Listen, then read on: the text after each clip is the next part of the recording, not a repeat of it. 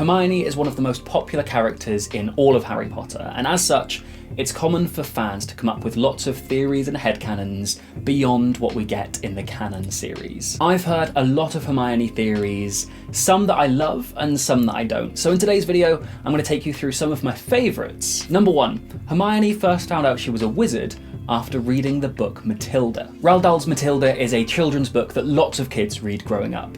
It's about a girl who loves books and later discovers that she can move things with her mind. Sound like someone we know? Like most children, I read this book growing up, and like most children, after I finished the book, I tried to see whether I also had those magical powers. Spoiler alert, I did not. I can fully imagine Hermione, before knowing she's a witch, loving this book about a young girl who adores to read. She would see so much of herself in the character. I can also imagine her putting the book down after she's finished reading it and trying to see whether she could move it with her mind like Matilda does. And then she does. What a wholesome way this would be for Hermione to discover that she was a witch. Number 2.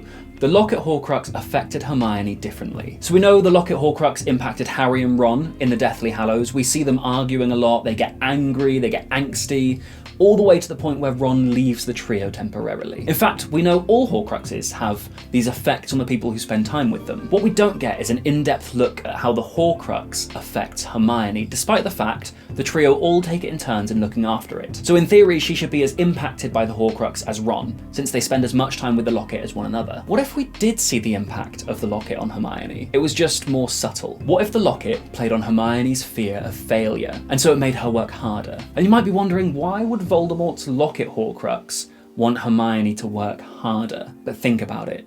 How much harder can Hermione actually work before she crashes and burns? Hermione is the main strategist of the group. She gets all the food. She casts the protective charms around the tent when they're camping. She does all the research, and she's the main peacekeeper between Harry and Ron when they constantly argue. That is a lot of stress on a teenage girl, and constantly the Horcrux is telling her she's not doing enough. Ron almost died because she splinched him. His arm is in a sling because she didn't learn healing charms quickly enough. They don't have enough food because she wasn't prepared enough. They hear about these people dying on the radio because she hasn't come up with a solution yet. It's never enough, and so she reads more. She goes over her plans and her contingency plans. Meanwhile, the Horcrux keeps reminding her she's not doing enough. So she works harder, and she fails again, and it's an ongoing struggle every single time it's her turn to wear the locket. Number 3. Hermione's Summertime. Now, we don't know a lot about Hermione and what she does in the summer holidays when she's back with her muggle parents in the muggle world. The idea she could spend those summers in a muggle summer school feels so on brand for Hermione. There is no way she'd turn down the opportunity to further her education, muggle or magical. She even says how important it is for wizards to understand muggles when she's talking about muggle studies. In fact, I'm convinced she still calls up her old friends from before she found out she was a witch when she was in primary school.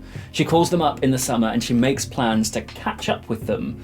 But every summer it's the same. She catches up for about 5 minutes, and there's small talk, and then Hermione reveals the only reason she actually wants to catch up with them is to borrow their high school textbooks. So there you have it, 3 of my favourite Hermione headcanons, some of my favourite theories that I've heard. Let me know in the comments if you have any of your own that I haven't mentioned, or tell me about your favourite of the 3 I just listed. I make a bunch of Harry Potter content on YouTube, so feel free to check out the rest of the channel, and subscribe so you don't miss the next one. I also make other content across the internet, including hosting Harry Potter quizzes every single week over on Twitch, so check out the links in the description below to find me in those places. Until then, thank you so much for watching, and I will see you in the next video.